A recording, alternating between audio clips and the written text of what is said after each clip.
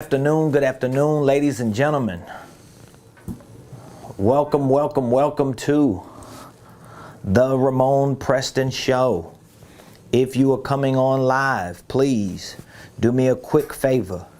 I want you to hit that like button. I want you to hit that share button. And I want you to tag Lolly Dolly everybody and let them know your boy Ramonepreston, my squad, and the Ramonepreston Show. We're live right here on this beautiful Friday here in the beautiful Buckhead community of Atlanta. So welcome to the Ramonepreston Show. Please hit the like button, hit the share button, put in the comments what city you're watching me from. I love to find out where you are watching me from. I want to give a shout out to some of our viewers that are watching us from different cities. If you are watching us, please put in the comments what city you're watching us from. Shout out to Chicago, shout out to Virginia, shout out to DC. We have several cities that's been watching us. This week we've had some great interaction with so many of you. Naples, Florida, Melbourne, Australia, Sacramento, California, Anchorage, Alaska. We got people from everywhere that watch this show. So thank you so much for watching the show. Welcome to the Ramonepreston Show. Please hit the like button, hit the share button. Make sure that you tag somebody, invite them to join you to get some valuable information for your business, for your finances, for your future, for your legacy. Okay. Also, please make sure if you have already hit the like button, you've already shared the video. When I ask you to like and share and put the city that you're watching me from in the comments, of course, it's for me to get your support, but it's also for other viewers to get an opportunity to know where you're watching us from and that people actually watch this show and are getting value. I just got off the phone with a beautiful woman of God. She told me she lives in DC, and she said that she watches the show and she's gotten a lot of valuable information, and she just commended me and my team for what we're providing and producing to our community on a day-to-day basis. So thank you so much. If you haven't subscribed to my YouTube page, please, if you would be so kind, hit the subscribe button. I know sometimes it could be a pain in the neck. I don't know why, but some people just feel like giving away a subscription on YouTube is just very hard. It's easy to follow somebody on IG. It's easy to follow somebody on Facebook. But sometimes it's not as easy to follow somebody on YouTube. But I would ask that if you're getting value from the show, if you know the things that I share on my YouTube page, period, if these things are valuable, I'm just asking that in return, please subscribe to my YouTube page. If you're watching me from Facebook, follow me at Ramonepreston, and go to LinkedIn. We have a LinkedIn page at Ramonepreston. You can find me everywhere at Ramonepreston. So I certainly appreciate your support. I appreciate you watching the show. I appreciate you participating in the show, giving us feedback, and letting us know what city you're watching us from. Put it in the comments. All right, thank you. So welcome to the Ramonepreston Show. I'm your host, Ramonepreston. Every Monday through Friday, we show up here on this show, and my purpose is to share information with you that I know can help you properly start, properly structure, and at some point, properly scale your businesses, your ministries, your income streams. Whatever it is that you're doing, this information can be applied to that area of your life. So whether you're a W-2 employee, we have clients and students who are on fixed incomes using this information. You could be an independent contractor, a real estate agent, an insurance agent, a 1099, self-employee. You could be a minister, a business owner, a legitimate executive in a company, and you're just trying to figure out new creative ways to build a stronger infrastructure and to scale to next levels. Well, the information that I share on this show is really an extension of all the information I provide. We have a training division here at Ramonepreston Enterprises. We have a signature training program called the Millionaire Blueprint. And within that program, we have hundreds of training videos, interactive lessons, documents, and forms teaching you about starting and structuring holding companies, how to file and form your paperwork for those holding companies. We teach you how to run the day-to-day operations of your holding company.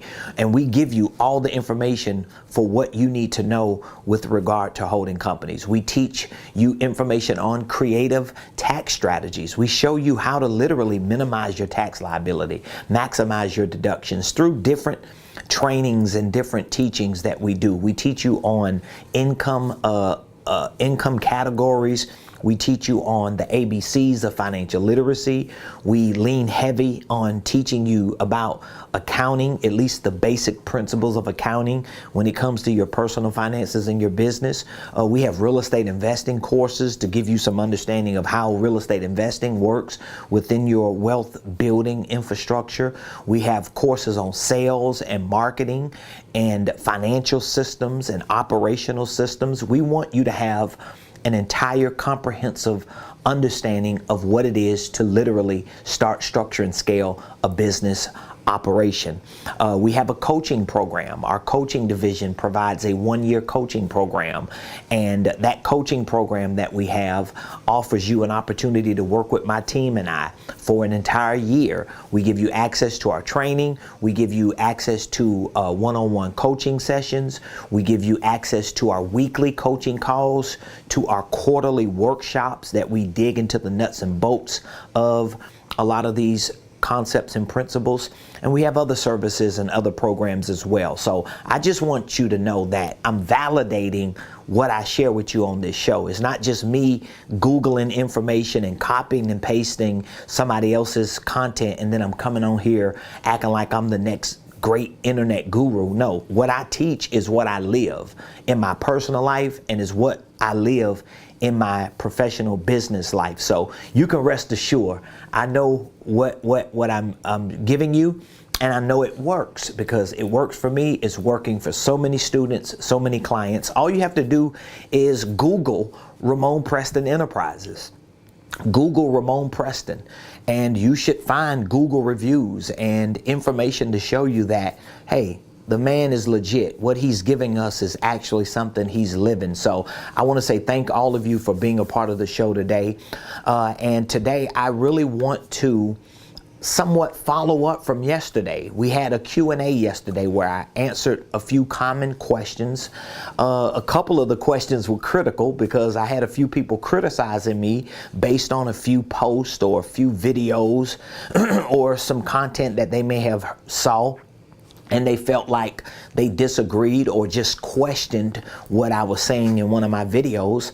And I encourage that. I accept that. Bring it on. Because when you challenge me or when you bring me to the carpet and you try to figure out if what I'm saying is legit, hey, if it is, it is. If it ain't, it ain't. And I'm willing to be corrected. But when I'm correct, I'm going to come back. I ain't gonna clap back as hard as I could, but I'm going to come back and let you know what I know so that you can see that you need to do some due diligence. So yesterday we had a great Q&A show, and today I really want to do more Q&A, but it's really going to be based on holding company questions and answers. So if you have a question about holding companies, I mean really if you got a question about anything, all you have to do is put the question in the comment.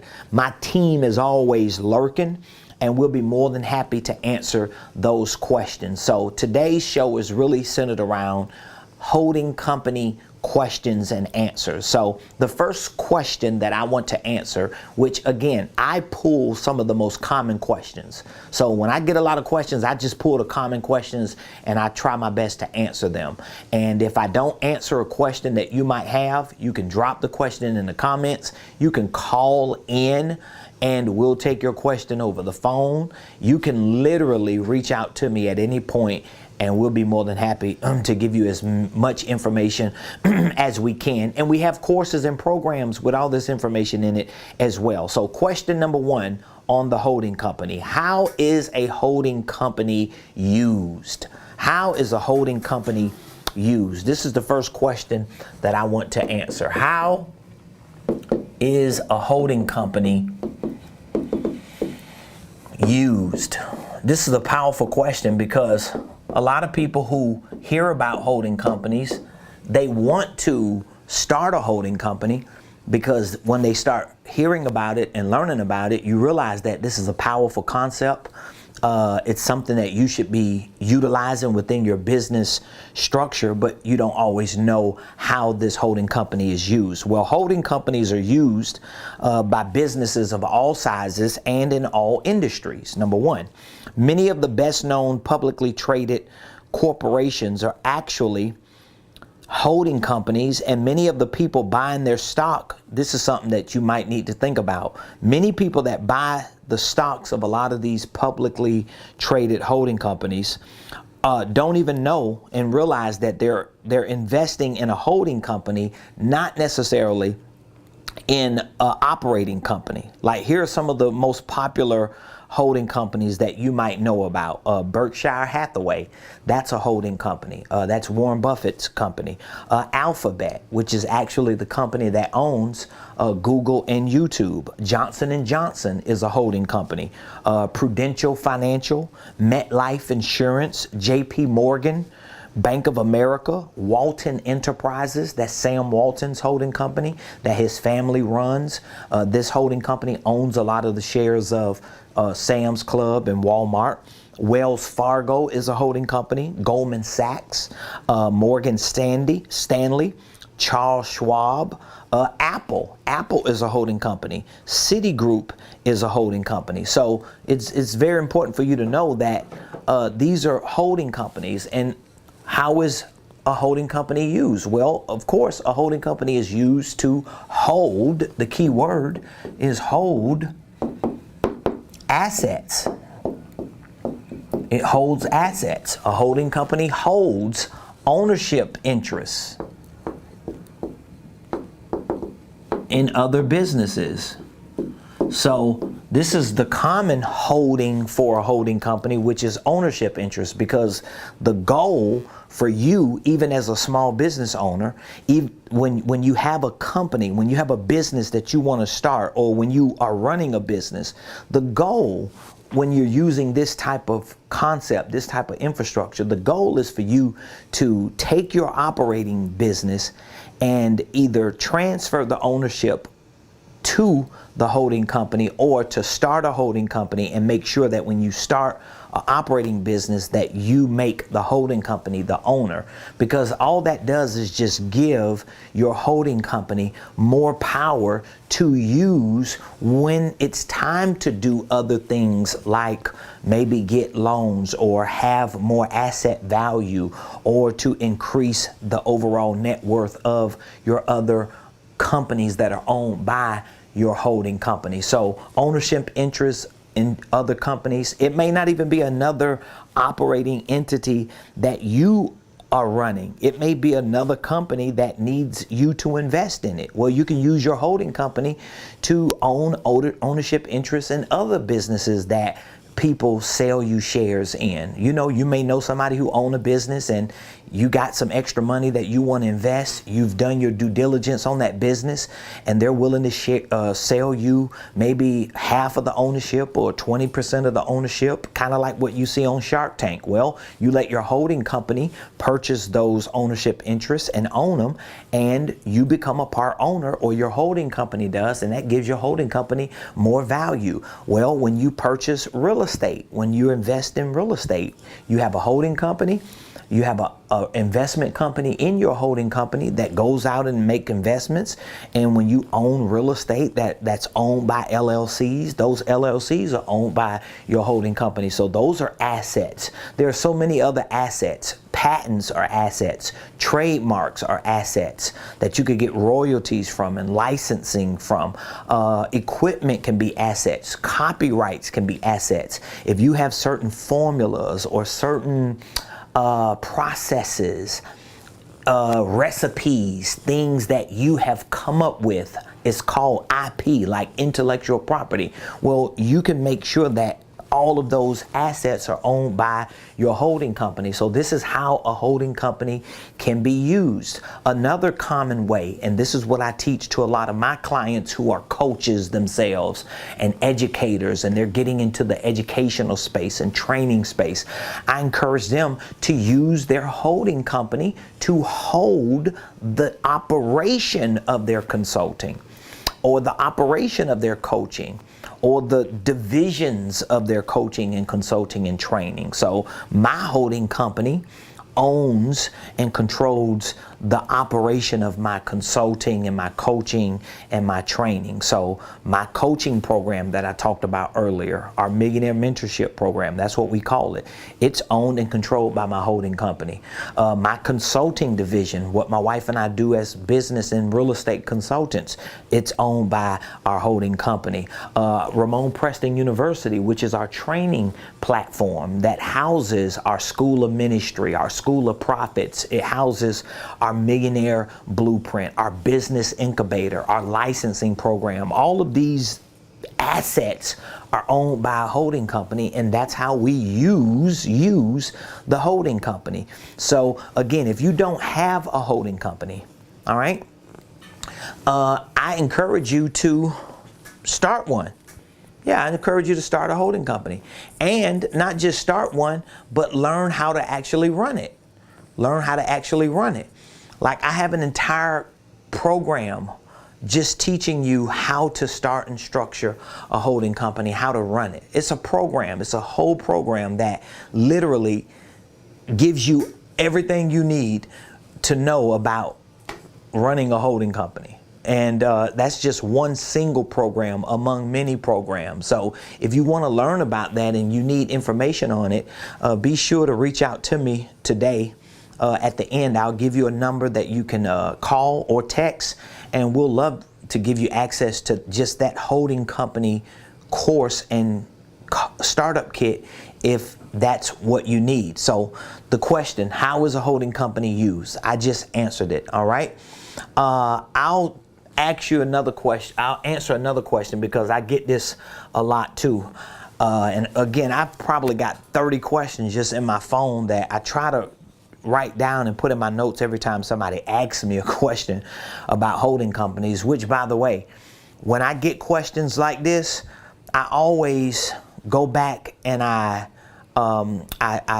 put them in our courses and in our programs. So what we do a lot of times is when we get new questions, we'll get 10 or 20 new questions, and it'll be some nuance that we hadn't really addressed publicly.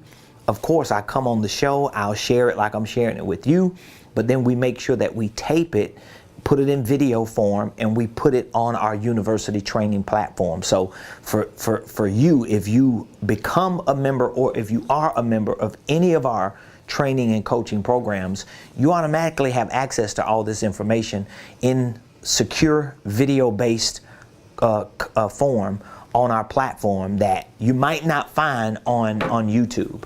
I get a lot of people who tell me, I watch your YouTube videos. They're very, very valuable, and I learn a lot, but it's not until they get access to my online program that they realize, oh wow, it's more information on here. So, I mean, everybody's giving information on YouTube, but there's a lot of information that you don't even get and you don't even see until you get access to the platform. So another common question that we get, or I get, is what are some of the common documents that might be needed, or forms that might be needed for your holding company? Okay, so the first document or form that you're going to need is your operating agreement. It's your operating agreement. So, for example, if you go start a LLC, or if you let your cousin do a LLC for you, and they got your EIN number, right? And then they filed your articles with the Secretary of State, and you got your EIN number, and now you got your articles of organization. You could take those two documents and go to the bank and open up a bank account. But that doesn't mean you have an operating agreement. Your operating agreement is actually the agreement that you're going to have to spell out and to specify what this LLC is going to be doing. What are the do's and don'ts? What are the main things that make up this LLC? This operating agreement, some people don't think it's important, but it's very, very important. And so I provide this, all these documents that I'm talking about right now, we give them to you for free. We have them on there. You can download them and use them and repurpose them and print them out. You have them for life, okay? But an operating agreement is going to be very important. So, for example, when you start your holding company, when you start your holding company, you're going to need an operating agreement between you and your holding company. Okay? There's going to be an operating agreement that's needed right here between you and your holding company, because this operating agreement is going to spell out that you are the owner of the holding company, or you and your spouse, and what this LLC is actually designed to do. So it's going to be a single member LLC or a multi-member LLC. And the operating agreement is going to explain what this LLC is designed for. And the purpose of it in this case will be the holding company. So when you start an operating company, which will be other LLCs, you're going to need an operating agreement between the holding company and the operating company, because you're the owner of the holding company. The holding company is the owner of the operating company. So you're going to need another operating agreement. And every time you start another LLC that will be owned by this company, you want to draft the operating agreement. That's why you want to make sure you have one that you can just use and repurpose over and over again. So again, your operating agreement is your first agreement that is definitely critical. Operating agreement is critical to any LLC that you have. Okay, you don't need an operating agreement if you got an incorporation like a S Corp or C Corp or a nonprofit, but with an LLC as a holding company, you're going to need an operating agreement. Here are some other documents that are common that you would want to have in your library. An asset transfer agreement. Okay, and a lot of times I tell my clients, when you have these agreements, a lot of times these agreements are just papers and documents and forms that you have in your own back office, because you want to make sure you have a paper trail for the transactions and for the activities within your business. Okay, you just don't want to do all these things and then you don't have no way to track and trace what you did. So let's say, for example, if you have some asset that you want to transfer the ownership over to your holding company, but you want to legitimize it. You just want to make sure that it's a legitimate transfer. It could be a vehicle. It could be a piece of property. It could be a whole nother business.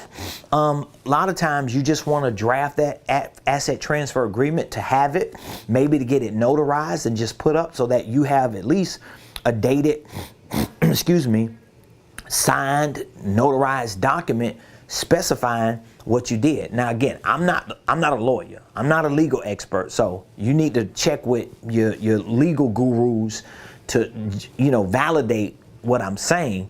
I'm giving you just information and my experience that I've had working with people who understand some of these things, and I'm taking what I knew and I'm just sharing it with you so that you can have some game on it. Okay, asset transfer agreement. Another agreement is a lease agreement. So this could be for different purposes. You could have, of course, we're not talking about like a piece of real estate that you're leasing to a tenant. We're talking about, let's say, if it's a piece of real estate or a piece of equipment that your holding company is leasing to another operating entity that you own. That lease agreement will work in between that type of transaction, okay? Not necessarily you having a car and you leasing it to a customer, or you got a house or a trailer and you leasing it to a tenant. Those are different agreements you're gonna have that are like personal between or separate between you and the customer or the tenant. We're talking about a lease agreement that if there's certain equipment or certain assets that you as a holding company own and you want another entity to use it, but you don't want the other entity to own it, you just want them to use it, you're gonna use a lease agreement. Another agreement is a licensing agreement. Now I can talk about again, one of the reasons why I can talk about these types of agreements because I've paid lawyers to draft a lot of these agreements. Okay, even in real estate, my wife, she's a licensed real estate agent, so real estate is easy. But some of these other agreements, you're gonna get a lawyer to draft it, and you want to make sure the language is right. So that's why you want to consult an attorney or somebody who specializes in that to make sure whatever the transaction is that you're doing. But again, sometimes these transactions can be just between you and a company that you own, or your holding company and 2 or 3 other companies that you have under there. And so sometimes when it doesn't involve other people, it's not volatile. It's not a lot going on. So you can kind of, repurpose some of the documents that you get. But a license agreement is very, very critical. One of the reasons why I have a license agreement is because I have a licensing program. So I provide like a business in a box to people. Like you can literally purchase my licensing program and you become a licensee. And with that agreement, you're able to use my content, my curriculum. You're able to take any information that I have and monetize it and sell it. You can host your own events based on my curriculum. You can sell your own courses using my curriculum. You can actually sell my digital programs and monetize it. But you're going to do that through a licensing agreement. And again, when you build enough curriculum and have enough content and information and programs and products that you can actually provide to others, then you do the same. Maybe you're an independent artist and you have copyrights, you got music, you got you got intellectual property that you can license. Maybe you're a cook and you got recipes that you can actually license. Well, you're gonna need that type of agreement, right? Okay, and then we have a service agreement.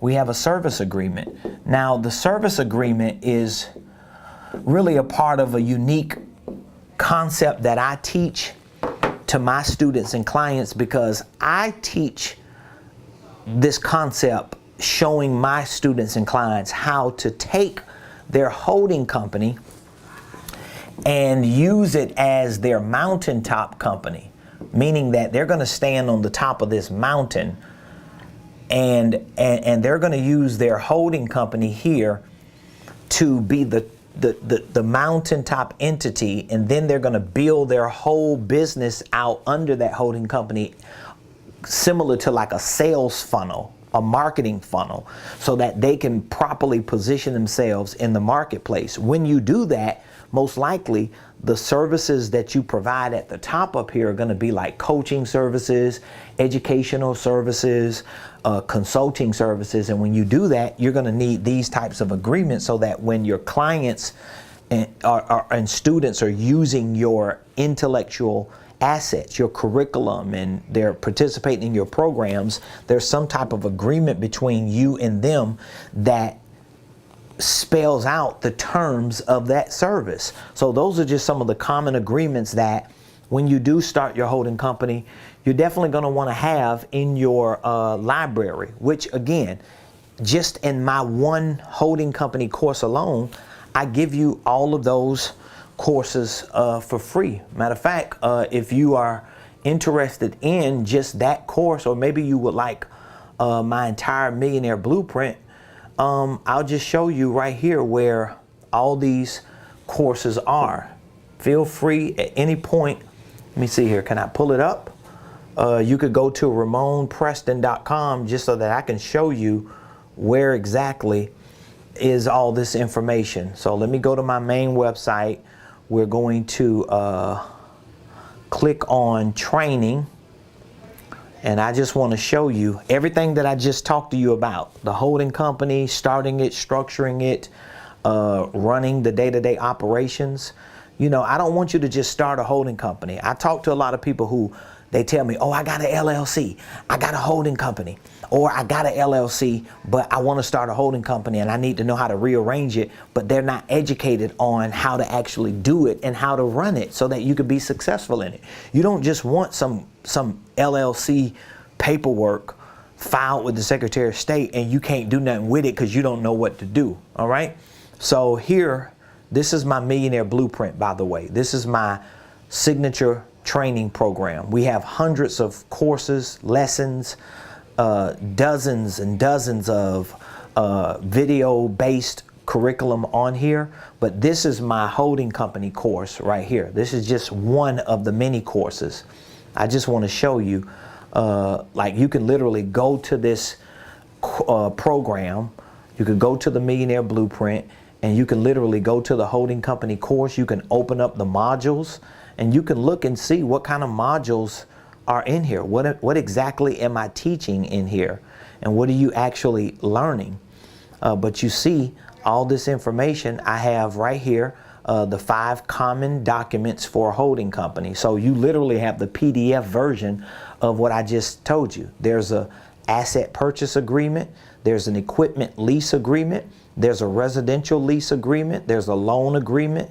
There's a LLC operating agreement. There's a consulting agreement. We even have a link that you can use for any other agreements that you need. Just that alone is valuable. And here's a do-it-yourself startup kit. So I literally have walkthrough videos, tutorials to show you how to obtain your EIN number and what wording you need to use to specify that this LLC that you're obtaining an EIN for is actually a holding company. Because the IRS don't have a category for you to specify it's a holding company. Most Secretary of State portals, when you file for your LLC paperwork, they don't have a NAICS code saying it's a holding company. Some states do, but some states don't. So you want to know what you need to put in there. So we provide all that for you right there. And again, if you want access to that course and this program, just text the word millionaire to 404-478-7213. Here's what happens. Here's what happens a lot of times. A lot of times we have people like you who purchase my Millionaire Blueprint and really just purchase it just to learn about the holding company.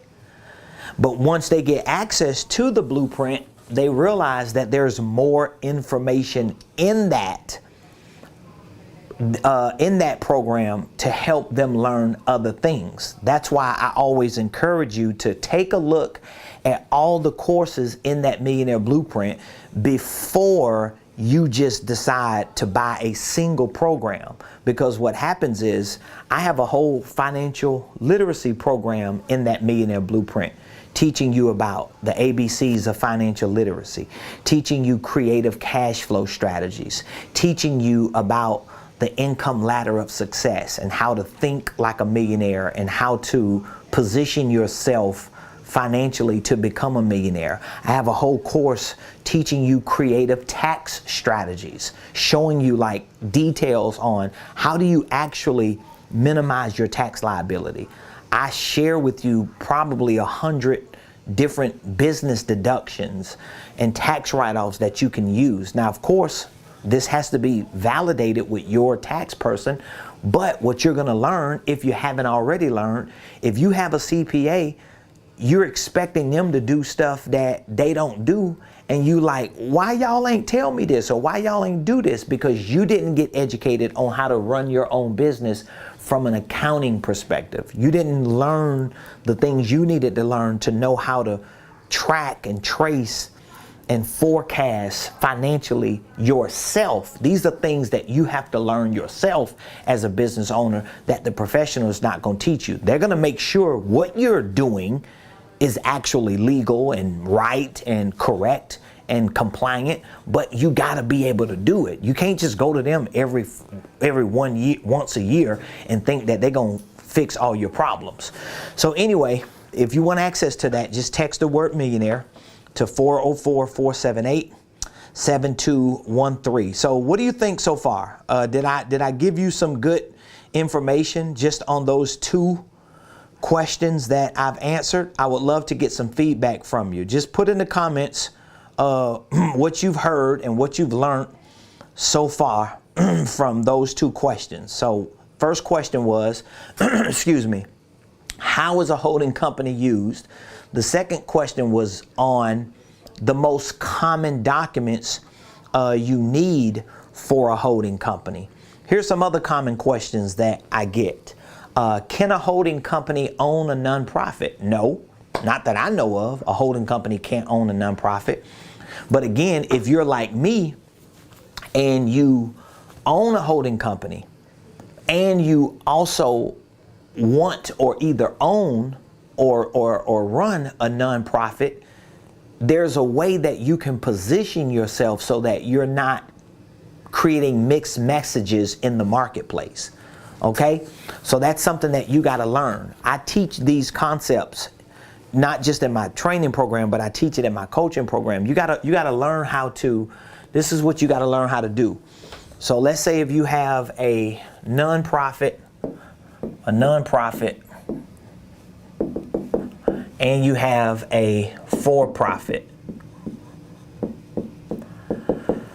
So you have to learn how to create like this Mount Rushmore, this mountain up here, and you have to learn how to sit at the top and almost become a conductor of a train that has 2 tracks. So that's the track for nonprofit and that's the track for-profit. And you've got to learn how to position yourself and market yourself in a way that you're not confusing yourself. I work with a lot of people who do like I do because I'm a minister, so I have a nonprofit. I have a church charter, okay? I have a church. I have nonprofit organization, 501c3. I have school of ministry, got School of Prophets. I have Ramonepreston ministries. I have leadership academies. Like I got outreach ministries. I got prison ministries, nursing home ministries. Like we got all kind of ministries under here, more than I can name right now. And then over here we got business. But you're not confused because you're being introduced to me. So I'm the conductor. So I'm standing right here in the middle. I'm trying to put myself in the middle of the camera. I'm standing right here in the middle and I'm deciding where you go. Do you go to nonprofit? Do you go to for-profit rather? Do you go to nonprofit? I'm making that determination and that decision because I'm creating a brand awareness with me, with RP. And then I conduct the traffic. So that's how you build it, because this is going to have to be a separate entity. You can't have this entity owned by this entity. And that's where a lot of the confusion comes in at, because structuring it, filing and forming the paperwork is one thing. That's all back office. But when it comes to marketing and positioning yourself for marketing, for branding, for awareness, you got to have it so that you can be the brand ambassador.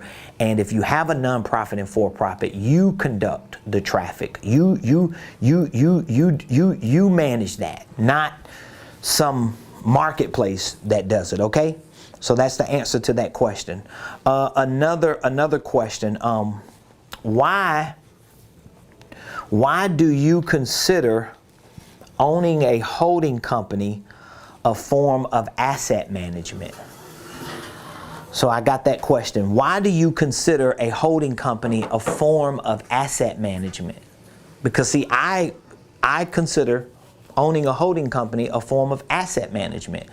Well, because a holding company is an asset manager. So if you're here and you have a holding company here.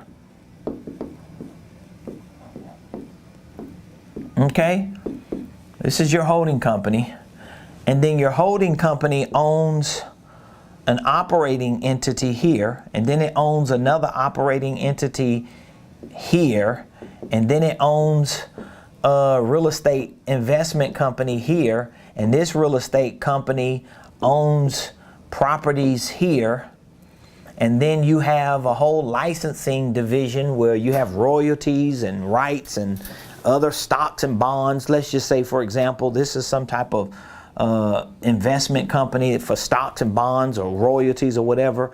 Well, all of these are assets. Your holding company is managing these assets, because if something is going on in any of these entities, the manager slash owner has to control the narrative of it. When money is coming in and out of all these entities, who is pulling the strings? The holding company is deciding where money is being reallocated. Where is it being distributed? How do we minimize taxes over here, maximize profits over here? All that's happening up here for all these companies. This company is not controlling the narrative of that company. This company is not controlling the narrative of that company. This company decides what comes in and out and flows in this whole ecosystem. So in essence, the holding company is the asset manager, but in reality, you are the asset manager. So you actually have to develop yourself and think like an asset manager so that you can actually build your asset, which is your holding company. Even if you're not running these operating entities. Most small business owners are running these entities as well as this, but as you continue to grow, you build a staff, you build a team, and at some point you start exiting these roles because you're becoming better and better at it as long as you're making money while you're doing it. So that's why I consider a holding company to be a form of asset management. So please give me some feedback on what you think. What was your biggest takeaway so far? I would love to know, like, what is your biggest takeaway so far? You know, I'd be throwing a lot of information out here, so I would love to know what your biggest takeaway is, and if you're learning something about holding companies. I got a couple other questions I'm gonna cover before we go. Okay. That was pretty good. So next question. Should W-2 employees and 1099 contractors own a holding company? So that's the question. So if you're a W-2 employee and or if you're a 1099 independent contractor, should you own a holding company? Yeah. Yeah. Now, number one, you want to make sure if you're a W-2 employee or a 1099 and you're working for somebody, you want to make sure, number one, that there's no conflict of interest. So that means, for example, if you're working for a marketer and now you're trying to start a marketing company on the side, you're going to have a conflict of interest. You need to just quit and go full time. If you're working for, somebody and you starting a company on the side, there's a thin line between you being legitimate and you being shady. Okay, so let's make it clear. But if you're working a W-2 job and there's no conflict of interest, and you know that you have things that you can run your transactions in your business through, or you have transactions and activities that are going on that are business related that you can run through a legitimate business for the purpose of lowering your tax bill and maximizing potential profits, then it is an ideal thing to do as a W-2. But if you're like an independent contractor, you're a network marketer. I'm talking about like the network marketer. If you're 1099, you're the real estate agent. You're a real estate agent. You're the insurance agent. Insurance. Wow, I messed that word up. You're the insurance agent. You're the MLM. You're the affiliate marketer. If you're in the middle like that, you're self-employed. You're self-employed and you're doing your own thing on the side, it's best for you to package whatever it is that you're doing with a legitimate business. Because you got to get legitimate. You got to get legitimate. You're not going to build a successful business if you're an independent contractor, if you're self-employed, if you're just in the middle, 1099 in it. Now, again, some people may tell you, hey, it ain't really no big difference. Well, that's just depending on how you see it. But if you want to be a business owner and be successful, you need to learn how to start a legitimate business.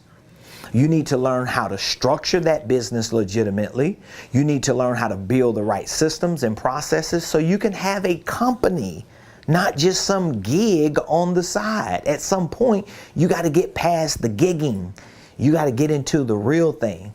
And that's why I encourage that, okay? Here's my last question for the day before we go. My last question is, why aren't more people using a holding company as a business strategy? Why aren't more people using that?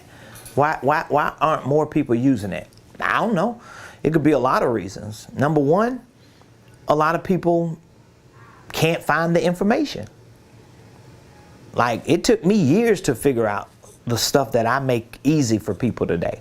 Like, you can literally get access to my course and learn everything in a couple days that it took me years to figure out. The information is not that available. I mean, I can't even tell you the number of people that I've talked to that have told me, wow, it wasn't until I started watching your videos on YouTube that I even understood this, that it even made sense. And I've had people to tell me that they've listened to other people who have given some information on it. There are different people that I know. I've got competition. I've got competitors out there that do some of the similar things that I do. But I've even had people to tell me, whether they were lying or not, but I've had people tell me they're not going as in depth as you are, or at least not on the surface. Maybe after you pay a certain amount of money, maybe they give it to you. But, you know, I share a lot of the information I share on this platform because, number one, I want to do business with way more people than just a few people. I have a goal, I have a mission, I have a vision, I have an assignment for life. And so a part of my assignment, remember I told you I have a church controlled charter as well. So I'm a minister, I'm a man of God. A part of my business is really ministry and service to help our people get educated and to get trained and to get developed. And I think especially many of us, particularly in the black community and maybe some other communities, but I'm a black man, okay? So I can speak on my community. We black people, especially black people of faith, we have so many things that we overlook or we just don't put ourselves in a position for. Like, I come from the hood, and as a black kid growing up in the hood, there's a lot of stuff I never had access to. I mean, you know, when you grew up like I grew up, you never really even went 30, 40 miles away. More like going out of the country or traveling and having all these different experiences. And I'm a 70s baby, so we didn't have the internet or none of that. I'm just sharing this with you to show you that, you know, we were depleted and probably robbed of a lot of opportunities, just to be honest. And so it's a lot of things that I just didn't know.